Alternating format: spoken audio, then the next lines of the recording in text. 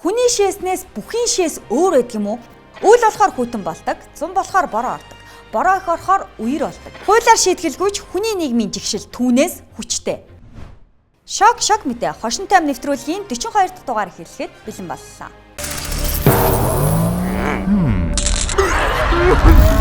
Моронс нь толгойгүй хүн гэдэг шиг ланд 200 хүлгэлсэн зөрөхгүй хүмүүсийн лайтай явдал ланчигтай дувлаанд тасрахгүй байна. Лаанда уннуу лаага иднүү хамаагүй. Лайланчиг дагуулгаад байна. Хөдөлмөрийн баатар Чинбат машид ажилласан гэж магтуулдаг шигээ бүр өөрөө жолоо мушгин морьтой моциклтэй хүн элдэн хөөсөн бол шүдний эмч маралмаа хотод 2 хүүхэд 7 машин ташраар нь дайрсны араас ланд машин дотроос хүн нохоо дуруулахыг үзэж сонирхсан хөгийн хэрэг гарлаа.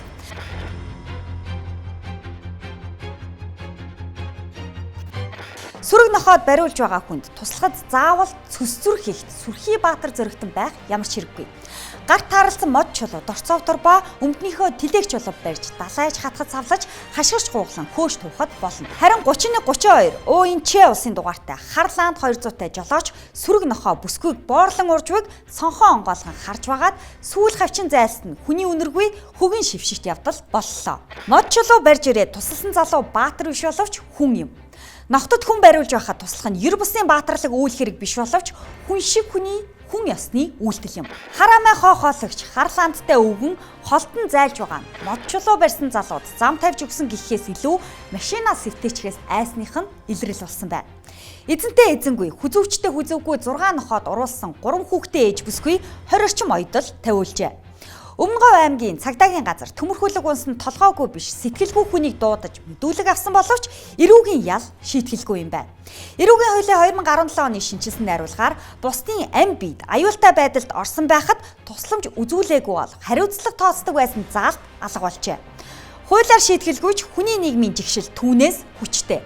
Эмэгтэй хүн их хүн нохтод хүлүүлж байхад орхиж зүгтах нь талын зэрэгт баатруудын үрсад бүхэл хүн төрлөختний ёс журмаас гажууд шившигт үйлдэл юм. Эрлийн үзүүрт Эрдэнэ байдаг бол эрэл компани оройд Эрдэнэт байдаг. Үр шир үйлдэл үр дагавраас нь үзвэл Эрлийн Эрдэнэт улсад өртөө юу? Эрдэнэтад улсаараа өртөө юу ч гэж асуухад хүрэгдэг. Эрдэнэтийн тавьсан үр төлөөгүй зээл, бүтээгүй төсөл, биелээгүй төлөвлөгөө бүхэнд өөрөөс нь бусд нь буруутай. Улсын өмчийн байшин үйлдвэрлэх комбинатыг хувьчлалаар өгсөн биш. Улсын хөгжлийн банк 200 гаруй тэрбумын зээлээ авч чадахгүй 10 гаруй жил болж байна. Улсын үйлдвэрийг хувьдаа аваад улсын банкыг өрөнд оруулаад Улаанбаатарын төвчрлийг бууруулах гүүр замын ажлыг гацаалгаж байна. Эрлийн байшин биш, үр үйлдвэрлэгчийн хойд талын хуучин төмөр замыг чөлөөлж зам тавих гэтэл Эрдэнэт ажилчдаа төрөх нь гүйх нохоод, гүйхгүй нохоо саад учруулж байна. Тэгэхээр танах үйл ажиллагаа явуулахгүй чи би замаа барих шүү дээ. Өдөр ажиллаад би эхлэв шүү дээ. Би замаа барих. Бүтэн жил зогсоосон байна. Гацаасан байна. 2 жил юус төлбөрөө төлөөгүй байна. Газрыг зориултын дагуу эзэмшээгүй байна. Би болон үйл ажиллагааг эшлээд байдаг. Өөрсдөө машин техникийг орхиж явах, замын ажил хийж байгаа компани механизмыг хаад зогсох, кабинет нь дайрч орон суух гэх мэт тэд эх орныхоо төлөө тулалтаагүй юм кино бүтээж байгаа юм байна. Учир нь Эрдэнэт нь эх орон гэдэг гой нэртэй намын дарга юм.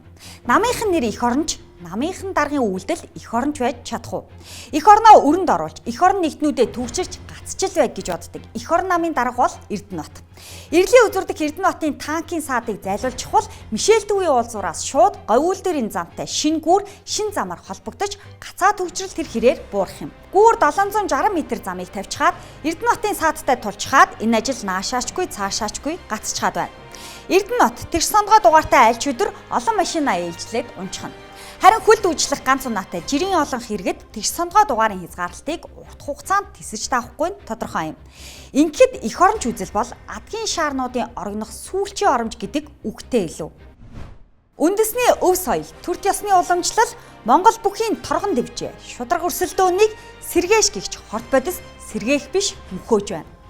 Монгол бүхийн босоо цагаан хэмрийг шээс үнэртсэн, шивтэр ханхалсан, хөвтэй шар хэрүүл сэвтэн хэртүүлсээр байгаа билээ. Шинэ Арслан Бадарчийг сэргээш хэрэгэлсэн гэж өнөөдөрч албан ёсоор зарлаагүй ч Монголд 3 хүн мэдсэн зүйл болгон нууц биш гихчээр алтан бусаар нэрлэгдсэн.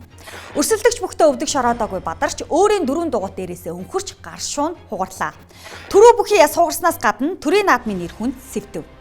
Монгол төрийн зарлаг, тушаал, Монгол наадмын нэр төр Солонгос лабораторийн хуруу шил, түүн доторх хөөстэй шээсэн дээр тогтож байна.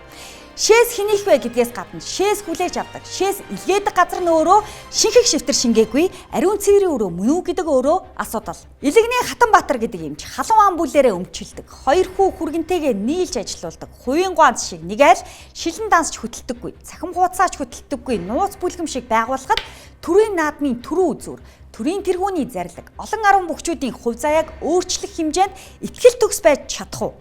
7 дугаар сарын 12-нд Төв стадионд авсан шээс 7 дугаар сарын 17-нд шинжилгээнд орсон. Түүнээс ахад 10 хоногийн дараа буюу 27-нд эхний хариу ирсэн. Хүний шээснээс бүхий шээс өөр байдаг юм уу? Хагас сарын дараа ирсэн хариунд ихтгэл төгс байж чадах уу? Өмнө нь хуулийн байгууллагаас 20 гаруй бүхий нэр байгаа гэж зарлаад тасарсан сураг, тагларсан сэжүүр юу хэлдэг вэ?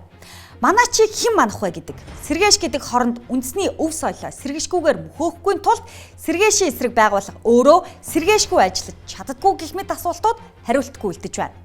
Шүүхэд итгэдэггүй эцгэх мөртлөө тэрийг ч цаазал, энийг ч дүүжил гэж орилдог нь бидний тэнэглэлийг нотолдог. Сэргээш хэрэгэлсэн эргэлзээгүй тогтоогдсон байлаач цолоо хураалгаад шагналт авсан машин тэрэг байр сууц мөнгө төгрөг буцаагдахгүй. Хэрэгэлсэн бүхөөс илүү түүн дуунаж хохирсон бүхчүүдийн амжилт ялалт хизээч бүрэн нөхөгдөшгүй. Хууль шүүхийг худалдаж авлаач хурамс тэнгэрийг хур бороотой нь хуурч чадахгүй голын голдрол боож болсон өнөөдөр нураагдаж эхэлсэн барилгуудын гонигт төв харуулж байна. Нийт эрх ашиг аюулгүй байдлыг гол гаргалаач голыг өөрийг нь гол гаргаж болдоггүйг баталж байна. Сэлб голын урсгалыг нарийсхан болсон Эс аутлет дэлгүүрээс болж үерийн дафн сэтрэн задарч ойр орчмын олон зуун айл эд хөрөнгөөрөө хохирсон. Сайн гэдэг эрэг нэртэй компани сөрөг үйлдлийн эзэн нь Батзөрөг гэгч. Батзөрөг компани өөр хүний биш өөрийн эхнэр Бямбаяртаа шилжүүлснээ бусдаас худалдаж авсан. Холбоо барих гэж чадахгүй байгаа гэж менежерээрээ яриулаад хоёр алхахгүй баригдсан. Сүхбаатар дүүргийн иргэдийн төлөөлөгчийн хуралд 2 удаа сонгогдсныхоо хүчийг ашиглаж гол доторх газраа томруулсаар байгаад гол усны үерийн хүчийг нэмсний гайхамшиг ингэж гарсан. Дараагийнх нь авилга хэмээх Аквагарден. Бид өнөөдөр байгаа яаралтай иргэдийн эрүүл аюулгүй орчинд амьдрах эрхийг зөрчсөн байгаа учраас бид өнөөдөр үйл ажиллагааг нь зогсоогоод нураах бэлтгэл ажилд орно. Энэ байранд захиалсан хүмүүс 1500 гаруй хүнийг өөх гэж байгаа юм уу? Үхчээ тэгвэл адилхан нурангад ороод үхчээ заа юу? Дунд голын дунд нь барьсан усан паркгүй усан паркын захиалагч гэх хүмүүс зарим талаар энэ компани ажилтнууд үхлээ шүү, хатлаа шүү гэж айлгсан ч үер усны гамшигаас 4 халуун ам аль хэдийнэ эндэж олон мянган айл өрх эд хөрөнгө эрүүл мэндээрээ хохирсон. Дорны тооллоор усан жарган эхэлж байгаа бөгөөд эх зууны эхний өдрөөс эхлэн их хэмжээний үер устай байх урьдчилсан таамаг дүгнэлтүүд гараад байна. Нэг талаас хувийн өмч боловч нөгөө талаас бусдын хувийн өмчийг хохироодог, амь насыг авч чаддаг халташгүй дархан ирэх гэж үгүй юм. Үйл болохоор хүйтэн болдог, зун болохоор бороо ордог. Бороо их орохоор үер болдог. Гол донд байшин барьдаггүй. Бүхнийг гол гаргавч голыг бол гаргаж болдоггүй. Шок мэдээ хошин тайм нэвтрүүлгийн 42 дахь дугаартай хамт байсан эрхэм үзэгч та бүхэндээ баярлалаа.